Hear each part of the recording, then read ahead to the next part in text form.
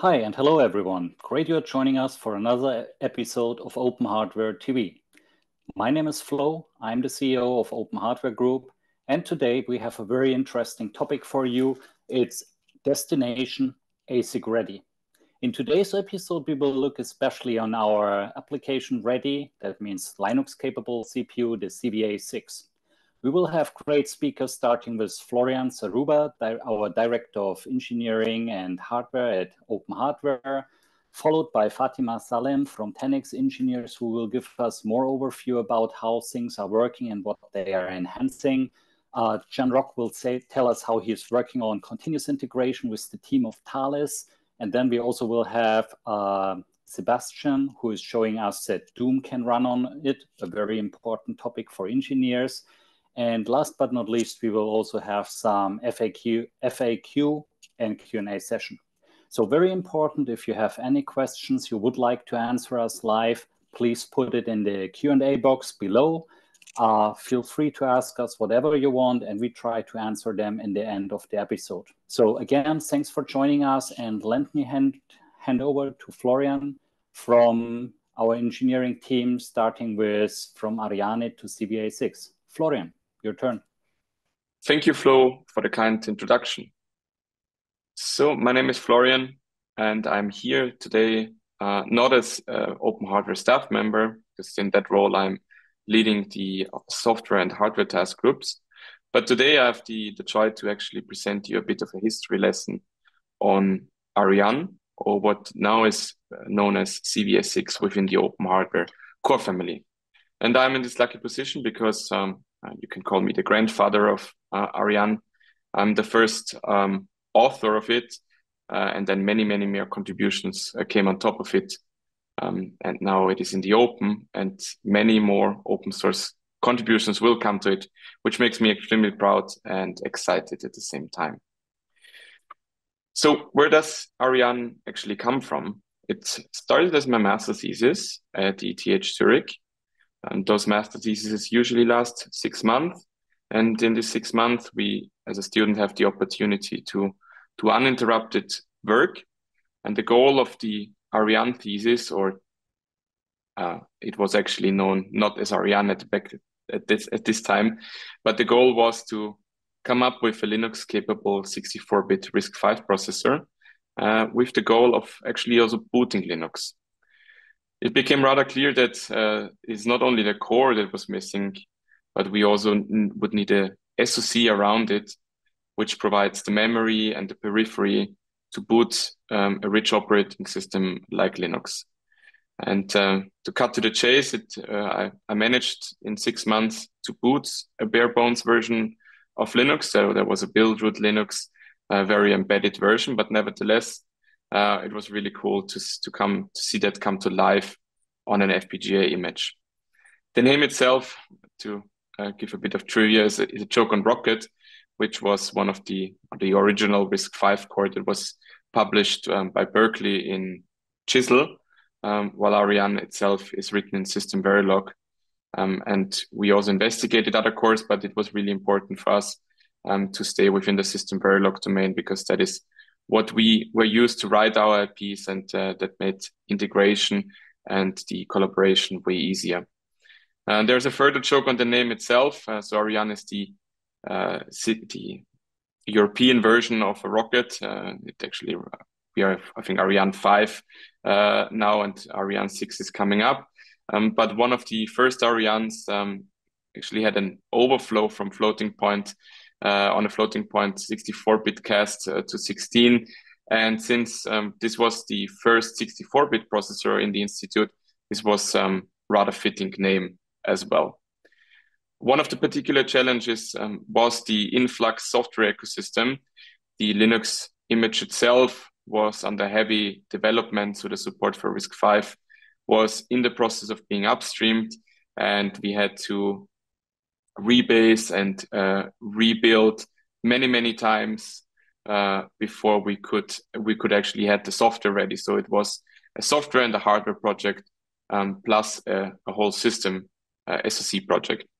So what we managed after 6 months to boot was a build root Linux project without any float support and no atomics.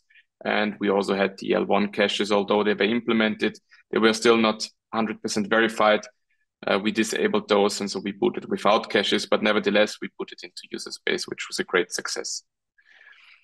The evolution after that one, so the real work started after the 6 months. I continued as a PhD student within the institute, so I was continuing to work on that project. And after 6 months, it was really only a proof of concept. And many further iterations, such as the atomic support, which was missing, and improved instruction fetch support so that we don't have to flush the pipelines as many and as often, as well as the cache verification to better and faster boot the operating system was one of the initial things that we did before we actually released CVA6 or Ariane back at the time on our public GitHub repository.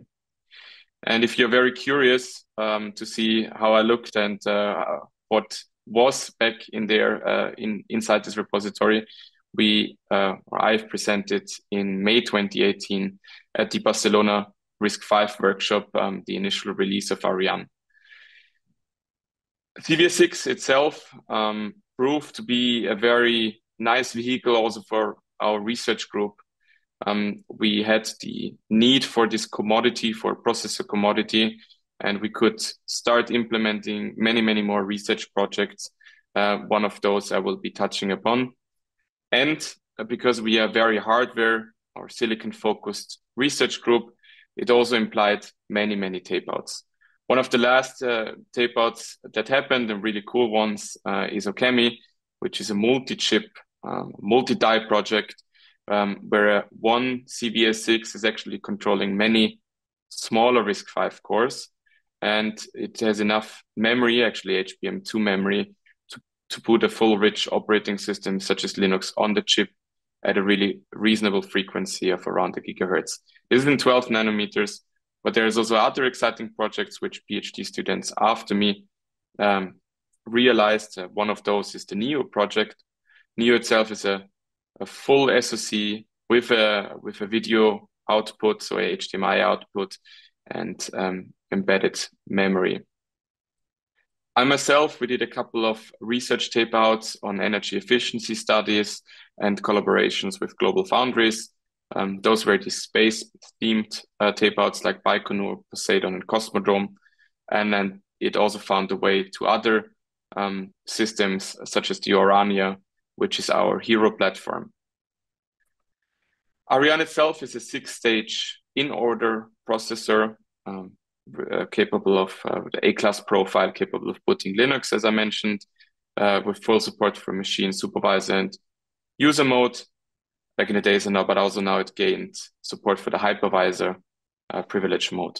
It has hardware TLBs and support for the SV39 memory, paging memory support, and has a hardware page table walker to resolve paging requests.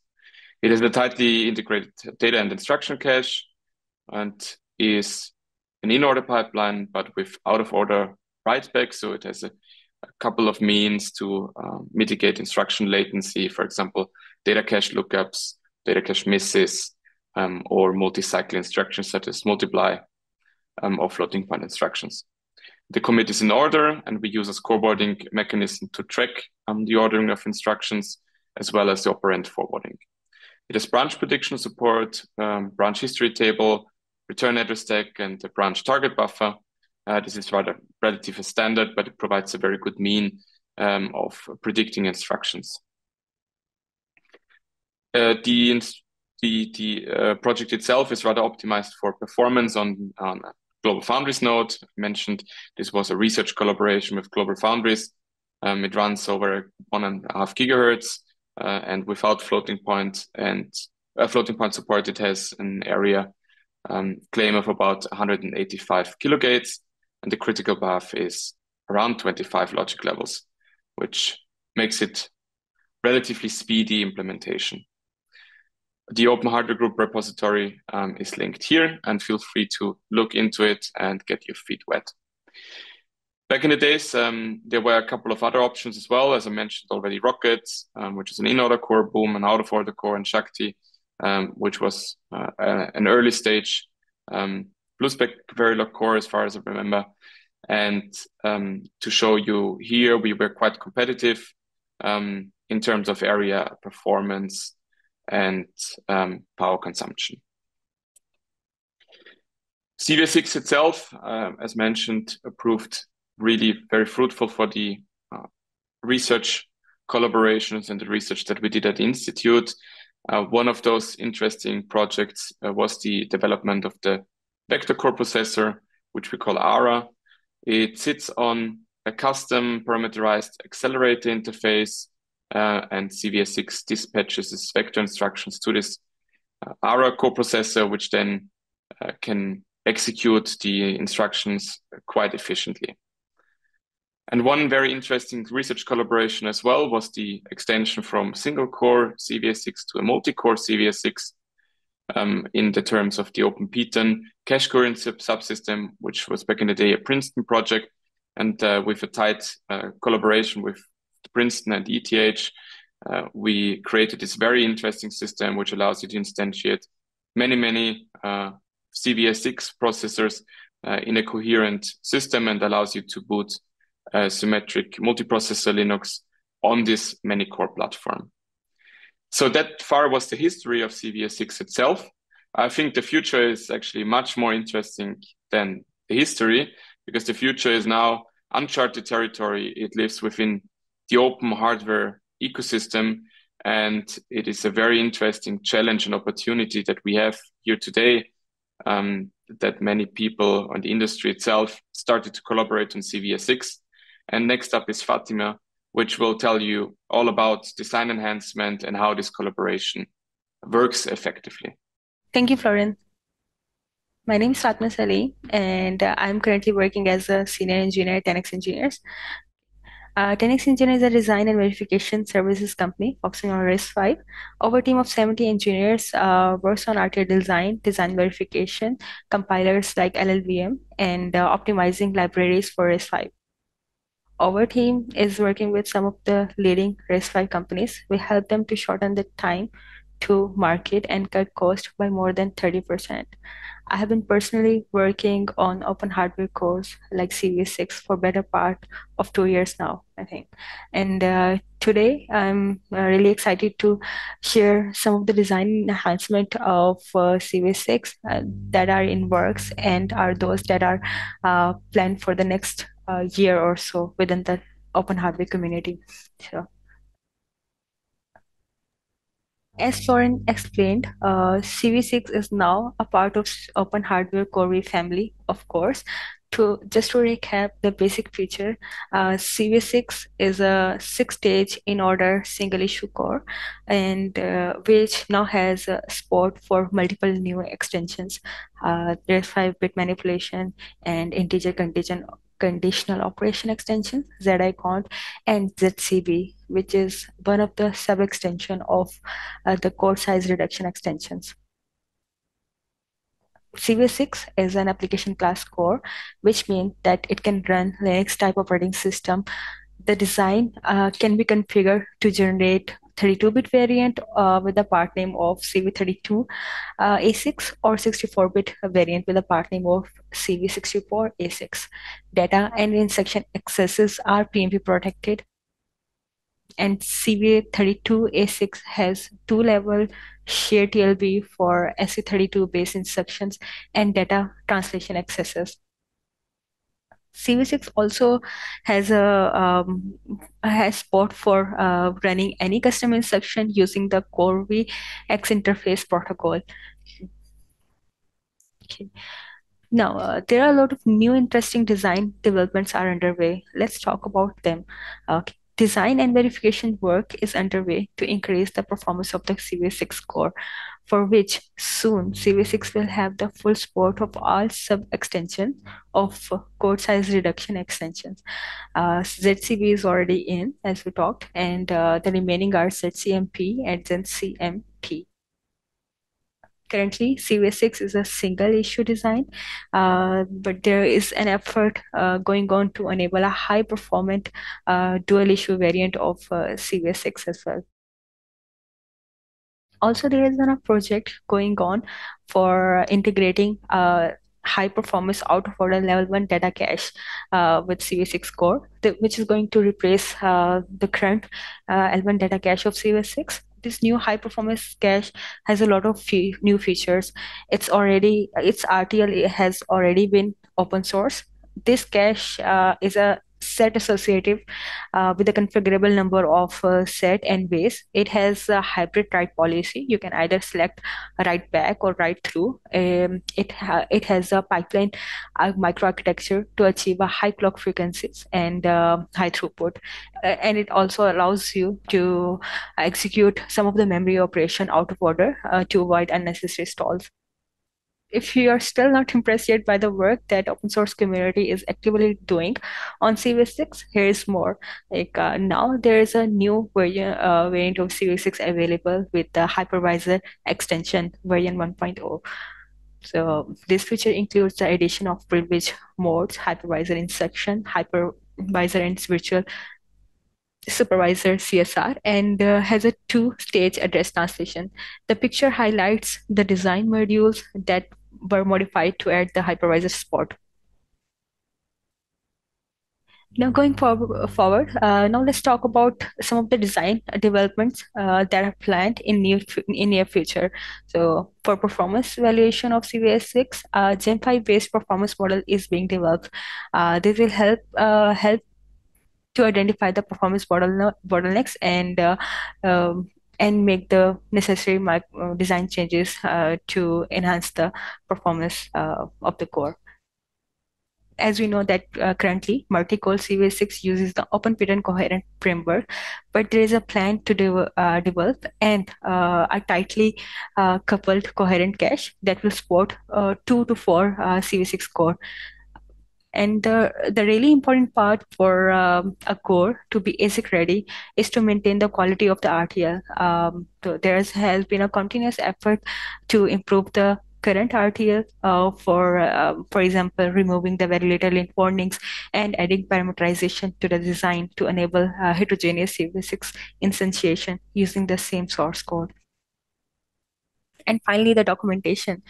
The documentation wise, the plan is to provide a comprehensive detailed CVA6 documentation. So design documentation will define the structure is to have first of all a requirement specification that will summarize and identify the current features of CVA6, and there is going to be a user guide document which is going to include more detailed than the requirement specification, and explaining all the parameters and extensions of CVA6, and finally the design document which is going to explain the design choices of implementation and implementation detail of CVA6 of all the modules.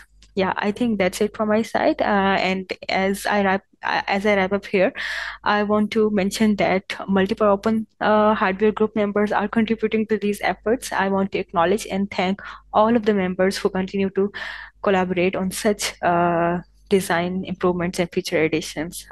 Thank you, and let's continue to build. Thank you, Fatima, to optimize the CVA6 design. Hello, everybody. I am Jean-Roch Coulon. I am Vice Chair of OpenHW Group Verification Working Group. I lead also the CVA6 verification project. This verification effort is shared between Technics engineers, Mu Electronics, OpenHW Group, and Thales for more than 1 year.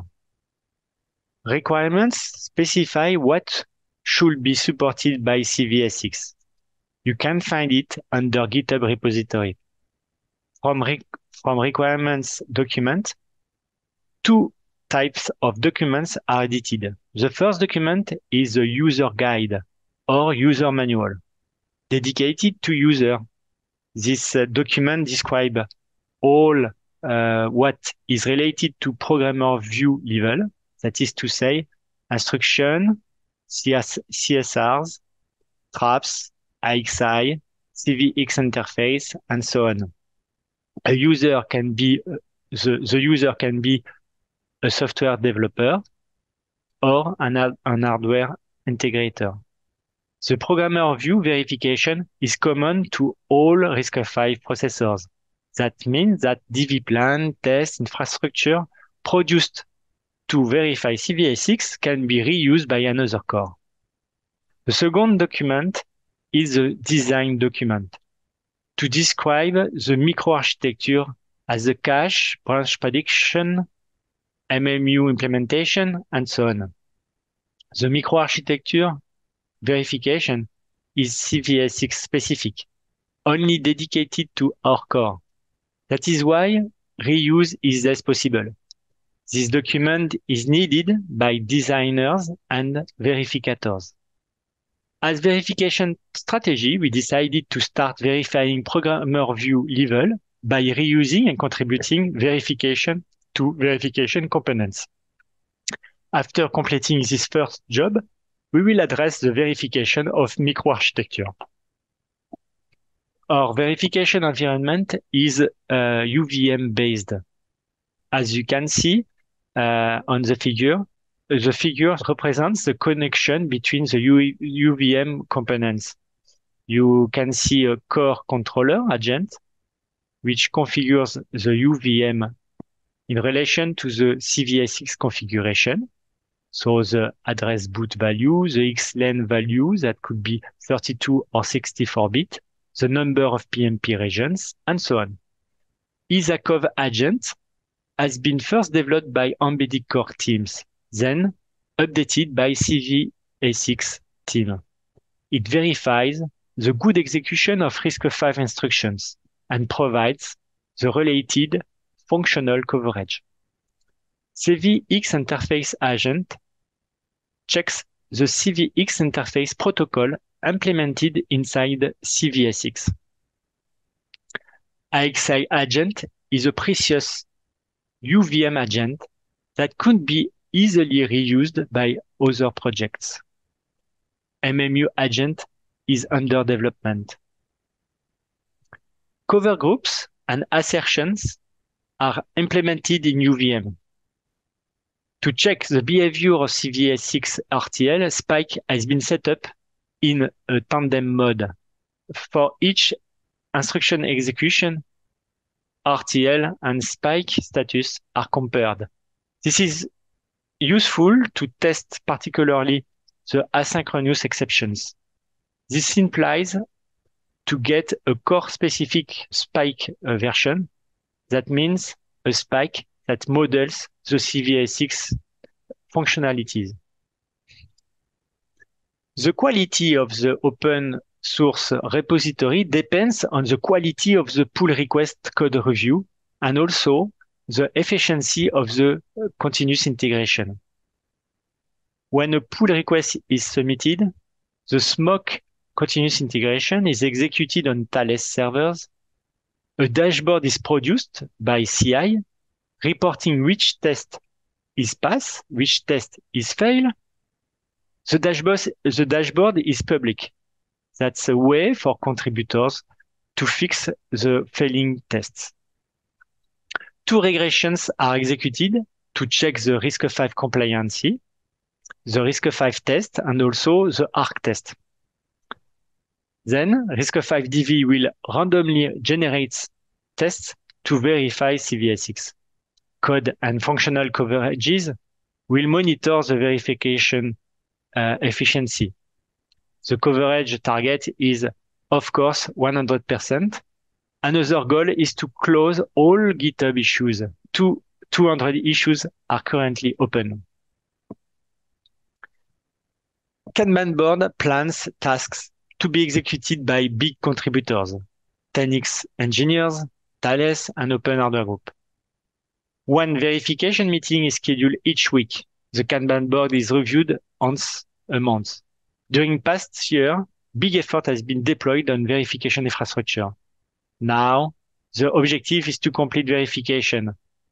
ISA and a CVX interface are completed. CSR, MMU, and AXI are ongoing.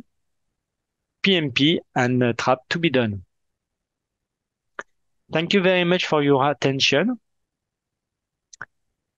I will leave room for Sébastien, ready to run an interesting CVA6 demonstration. Thank you very much. Hello, I'm Sébastien Jacq from Thales Research and Technology. I will show you the DOOM demonstration running on CVA6 on Genesis 2 board. Actually, at Thales, we adapted the CVA6 to 32-bit and we optimized the macro architecture to make it an independent and optimized FPGA software IP. So, through this demo, we want to show that the CV32 ASIC software is sufficiently mature and efficient to be able to run Linux and execute a complex application with a graphic user interface. The CV32 ASIC software has been implemented on the Genesis 2 board, on which there is a Kintex 7 FPGA from Xilinx.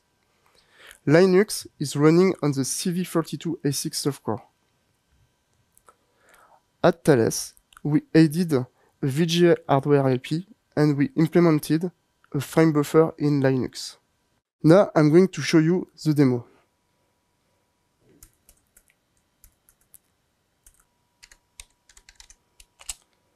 Here we can see the microarchitecture is CVA6 and the ISA used is RV RISC-V 32 IMA with the MMU SV32.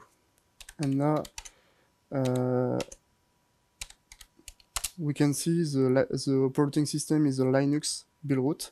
And now I'm going to launch Chocolate DOOM.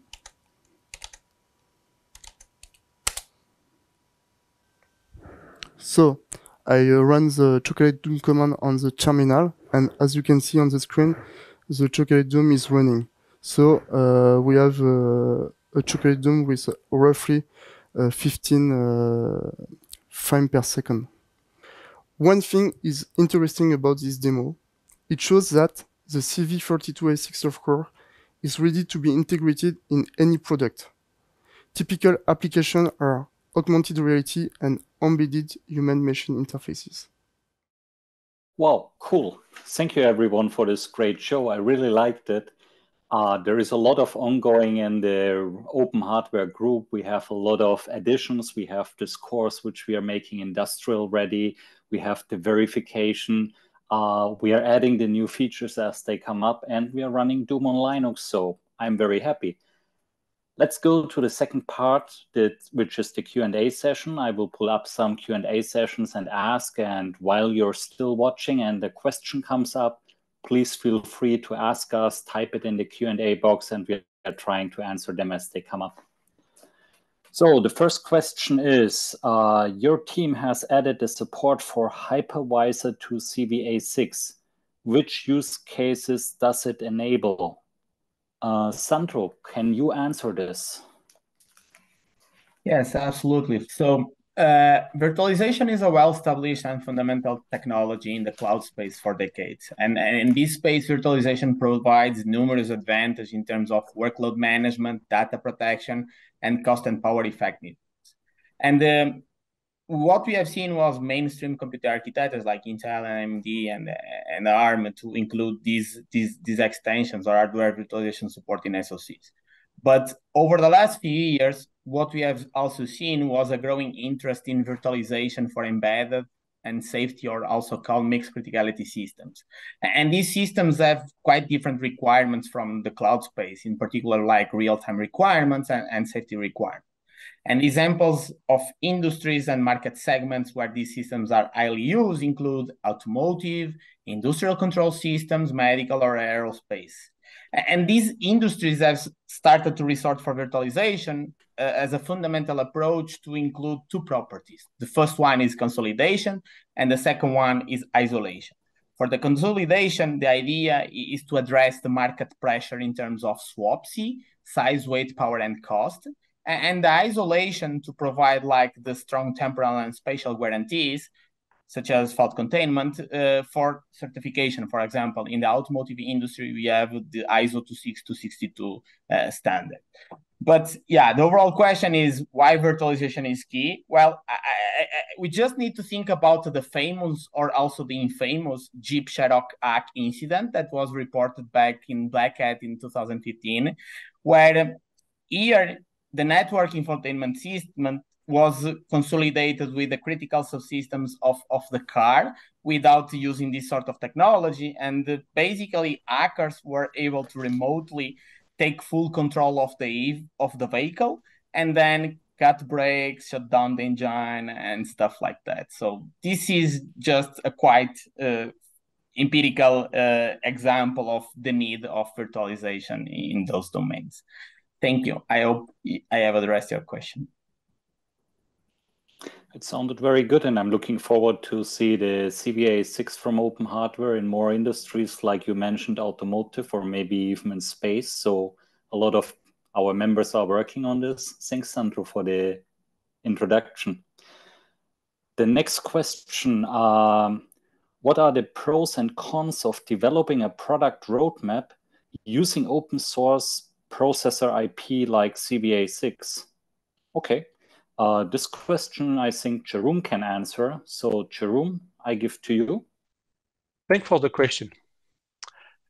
If I compare to licensing a commercial core, the main pro is definitely that we regain control on our computing solution. We can customize the processor to get the best fit for our application and for our PPA, our power, performance, and area targets. Also, there is no black box, so we can understand the mechanics. And with this white box, our life will be a bit easier when we go for a safety or security certification. Also, the core and the software toolchain are not bound to a vendor. There is no license agreement. There is no end of life that could block us from using CVA6 in 10 or 20 years when we retrofit an equipment. And finally, thanks to open source, governments cannot prevent us from using or exporting the IP. These are many pros for Thales. Of course, there are cons. So on this side, open source usually comes with the risk of low maturity or bugs. You cannot trust everything that is available from internet repository. That's why the OpenHW Group was created to deliver proven processor IPs. In CVA6, like for other OpenHW Core 5 cores, we set up thorough verification environments, processes, and tests to reach 100% coverage. Then we're confident we can use the core in our products. Thank you, Jerome. That was good. So let's see the next question, and please keep typing this question as you're coming. So the next is, how can we replicate the success of Open Hardware's embedded cores in application class cores? Maybe I would like to answer this question. So yes, Open Hardware, we have a full lineup of processors from embedded core to the application class, which is the CVA6 we focus today. And the embedded processors have indeed been used very successful in a lot of commercial products from a lot of different of our member companies. So the CVA6 is, I would say, a little bit newer, not really new, but you know, in IP things take time. What I'm seeing right now is that we are having reached a very mature stage of the CPU. A lot of companies using it. You have here today from like Thales how verification is done. We know there are other companies who are including this.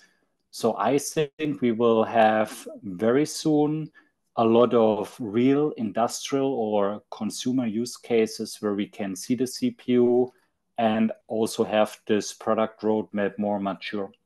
There are some things with Linux support. So Linux support is extremely important if you want to run it out of the box. We are working here with various different members on it. And in the upcoming RISC-V Summit in North America, actually, we will have some very interesting update for this. So join us remote or in person on site in Santa Clara, and we will have more information about the Linux support. But in general, I think the application class processes, Open Hardware Group with its members and partners is offering is on a very good way, and we will see huge industry adoption. I hope I could answer the question. Let me go to the next question. Does you have bare metal environment without Linux? And did you try software projects written in C++? So I think maybe Sébastien, you can answer this question. Can we have a bare metal environment on the CVA6?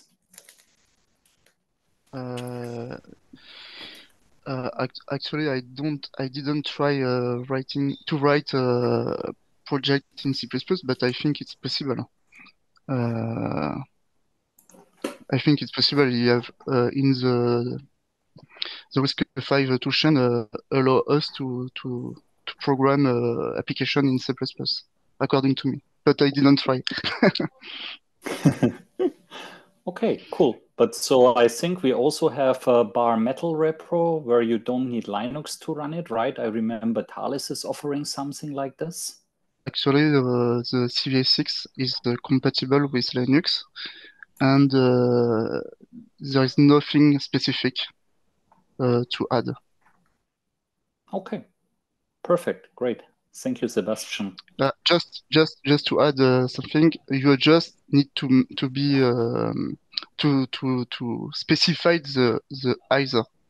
If you want to use a specific extension, you will have to specify this extension when you will compile the Linux. For example, if you want to use a compressed extension, when you will generate Linux, you will have to specify you want to compile the compressed extension. Okay, is that okay? Okay, that is good.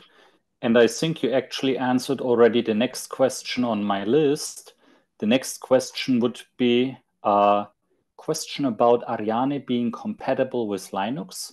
Is there something specific in ISA, brackets, instruction, etc., that must have been added to make a core Linux compatible? I'm sorry, because I was answering to this question. Oh, okay. So the question is, when we have the Linux with, if we have a Linux ready, is there something specific in the ISA? You already said, yes, it need to have the compressed instruction enabled. The core also need to have a memory management unit to make it a little bit easier. So I think this question is also answered. Thank you, Sébastien. One more question, or the next question. There are actually still a lot, and please keep typing. So the next question is, are you using RTL level simulators only, or do you have also model-based simulations when verifying the core or the SoC? Maybe Jean-Roch can help us with this answer. Yes, for sure. For verification, it is mainly based on RTL simulation with a CAD vendor simulator or verilator. But we use also FPGA. So each time we modify something on the RTL, we will build the FPGA bit stream and flash the bit stream on a Genesis 2 board to execute the boot of Linux. So it's an easy way to control that there is no regression for CVA6. And in parallel, when we execute a simulation, RTL simulation, we will also execute the same code on a reference model. So it can be OVP sim, but we use Spike, and we control that the two execution traces are the same. I hope that I have answered the question. It sounded very good, and please stay online because I have a second question for verification, which would be perfect fit for you. The question is, I suppose you did not use formal verification in the verification process. Is there any specific reason for preferring UVM instead of formal? So for sure, UVM is more classical in terms of verification. For me, and maybe for us, formal verification is maybe a good approach, but maybe a little bit not mature to go faster to the industrialization. So today we are focused on UVM methodology, and because also we are expert in UVM, we are expert in using this technology. So we are open to use formal verification, but today it is not our first methodology. Maybe for the next configuration of CVA6, we can adopt this new verification methodology. Okay, sounds good. Thank you very much. The next question, will you share the videos records of this meeting? Yes, we do share the video records. Give us some time. We need to update it, but we will share. Then there is one question about the performance. So the question is, which ARM core has a similar performance with CVA6? Can you give an example? Of course, it's not always the ARM. I mean, I understand the question. So which performance class we are in, but it always depends a lot also on your use case. Florian, you're the architect of it. Do you want to comment on this? Yes, I can try to comment. So it is in the same class as a single issue in order core, as ARM is competitive with the ARM instruction set and the ARM architecture. I am not a super ARM pro in their product lineup, but I think this is something around an A52 or something. I might be wrong, but around that side. So single issue in order core, and you're looking, at a reasonable similar performance. Great, perfect. I have spoken last week with one of our members who is doing a project with this actually, and this member has said in their specific use case, it is comparable with an A55, so the open hardware CVA6 has the performance of a single issue A55. But again, depends a little bit on your use case, depends a little bit on what you're running on top. Long story short, very performant and gives you a lot of bang for the buck. And the cool thing, I want to just mention that if you're not satisfied with the performance, you can either go and tweak it yourself, get the general performance, or you can add the instructions for yourself, right? So you can add your kind of secret sauce on top of it. So I think this is the really cool part. And so you're not bound to an ARM instruction set, but you can really add your own stuff on top and make your workload shine. It's way better than ARM. Yeah. No question about this, of course. I also like what you said everyone can contribute. And I think that's the beautiful thing about what we are here doing on Open Hardware with all our members.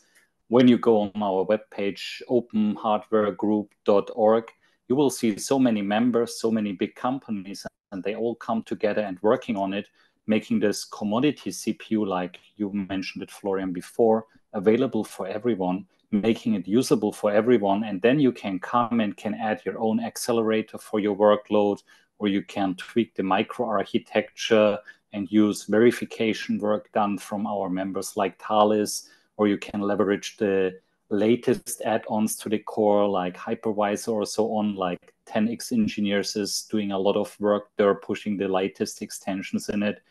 And I think that's the beauty from the Open Hardware Group and the members. We can bring everything together, and we can do also a lot of things to speed up things.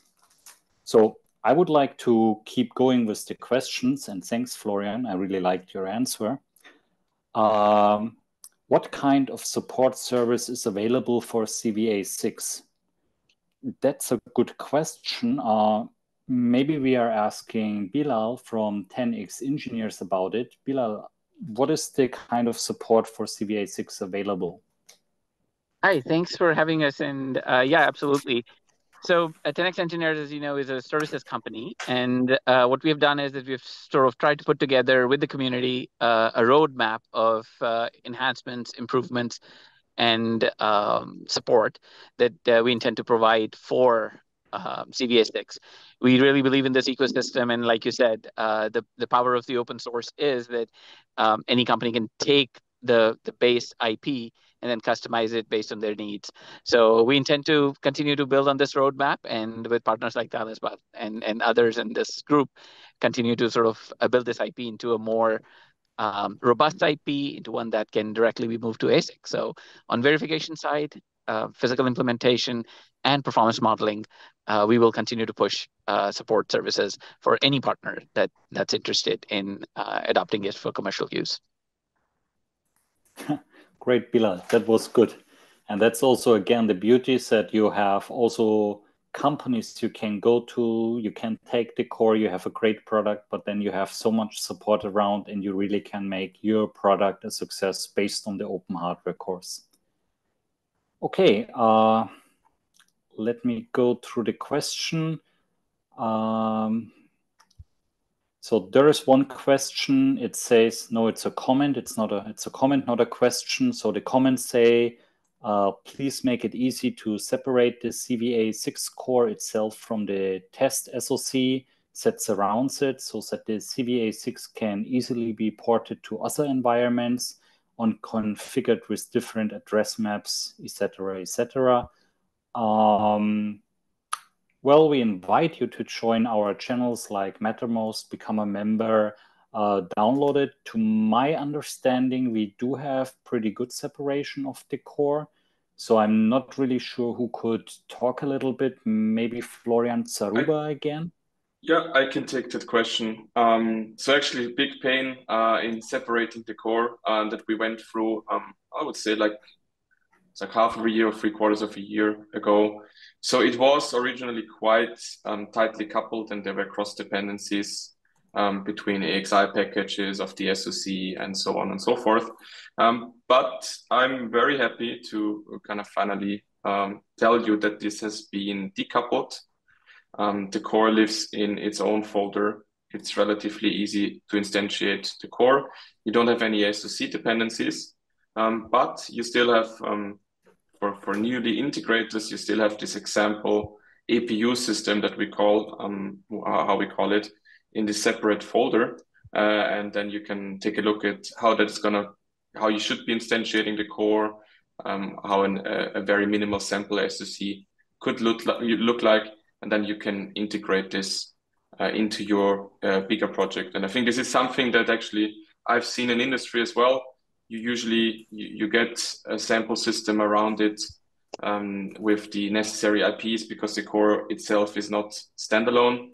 So the core itself will not allow you to boot Linux. So I think this is quite a good trade-off that we have achieved now with quite some pain and breaking other people's instantiations. But it was painful, but I think it totally worth it to exactly address this comment. Cool.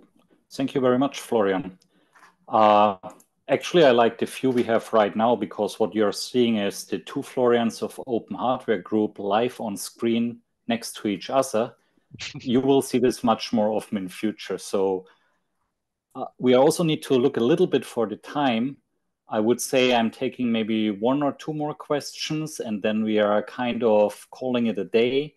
So the next question I have, why LLVM is selected as a compilation platform instead of other tool chains as GCC, etc. Is there any specific reason for that? Who would be the best expert to answer this from our side? Not sure, maybe Sébastien, you can talk about this a little bit? Yes, but I think Jean-Roch is better the best person to answer. Okay, then Jean-Roch. As you want. So for sure, we are at the top of the technology in terms of extension implementation. So to have a new extension functional, you need to have the compilers or RTL. And so we try to find the best tool to implement the new extension. So I speak about ZC extension, ZB extension, which is a bit manip, and so on. And so we can see that maybe LLVM is more advanced in terms of extension implementation. So if we would like to add this extension in CVA6, we need sometime use LLVM because it is more in advance in compared to GCC. And moreover, we can say that the two licenses, open source licenses of GCC and LLVM are different. I mean, for GCC, LLVM gets a license which is more permissive. That's why if you have to insert your secret sauce, to insert your instructions and so on, maybe it's better to use LLVM. If you would like to be, because LLVM is more for advanced products, maybe is maybe less mature, maybe you will be pleased to use GCC. So it depends on the license you would like to adopt, and also what you expect in terms of extension. Okay, great. That sounds good. Thank you very much, Jean-Roch. Thank you. I think we are coming to the end of it. I would like to wrap up today's session of Open Hardware. I want to thank all of our presenters. I personally found it very interesting to see this beginning of the journey, how the idea was born in university, how we brought this idea to the Open Hardware Group and made it industrial ready. So I think that also shows there is a lot of collaboration ongoing. There is a lot we can do together. You have seen that verification plays a very important tool, like Jean-Roch has shown, but also said as new things coming, as new technologies come, like the hypervisor, but also different extensions for the core, we are adding them.